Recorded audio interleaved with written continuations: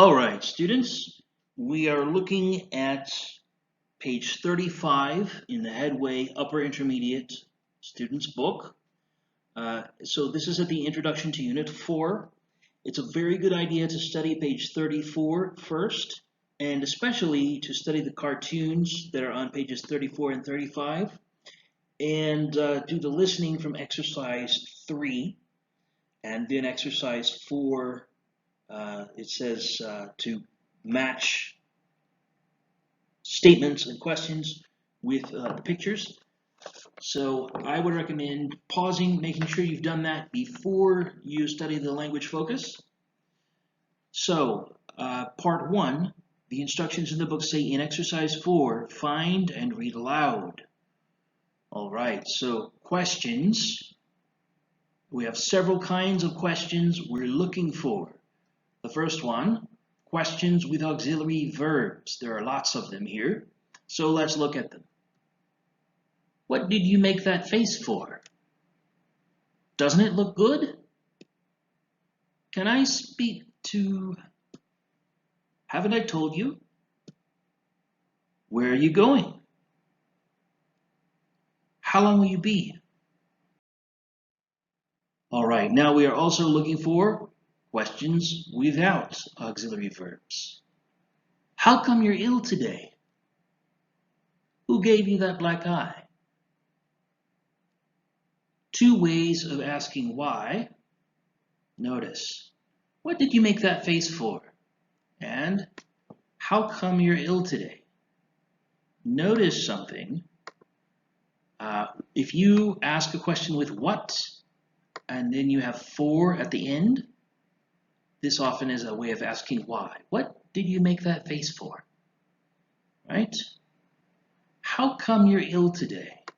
This expression, how come, is another way of asking why.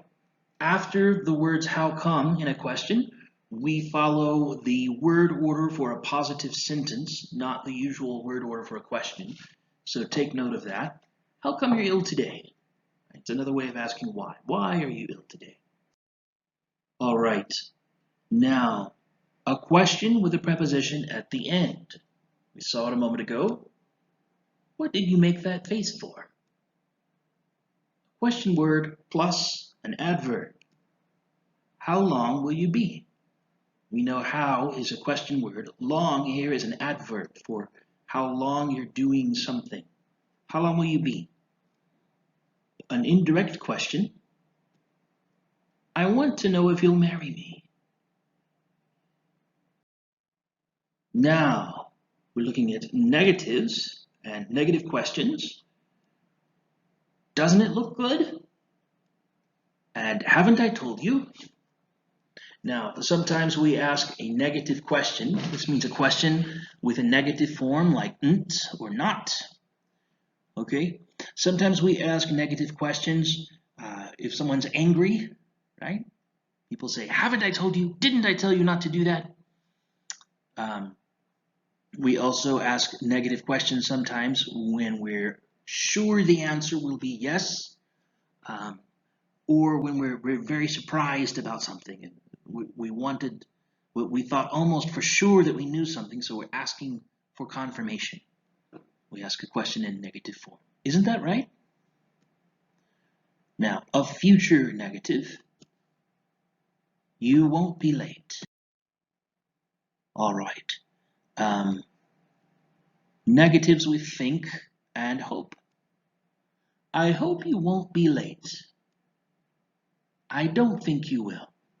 Notice these are similar structures, but after hope, we say a second clause, and if it's negative, we put the negative part here. We don't say, I don't hope you'll be late. We say, I hope you won't be late. But the opposite is true with the verb think. This is different in different languages. In Spanish, for example, literally, people say, I think you won't. I think you won't do that. I think you won't be late. But in English, that's not the usual way. In English, we say, I don't think you will. I don't think you'll be late.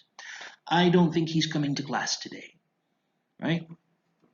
So we say, I think or I don't think, and then a positive clause after that. normally. Now, part 2 of the language focus, indirect questions. For the question, where does he work? You say, I don't know where he works, right? And for the next one, what's the answer? We say, have you any idea what the answer is? Did she buy the blue one? With I wonder, we say, I wonder if she bought the blue one. Or we can also say, I wonder whether she bought the blue one. So that's a brief overview of the language focus on page 35.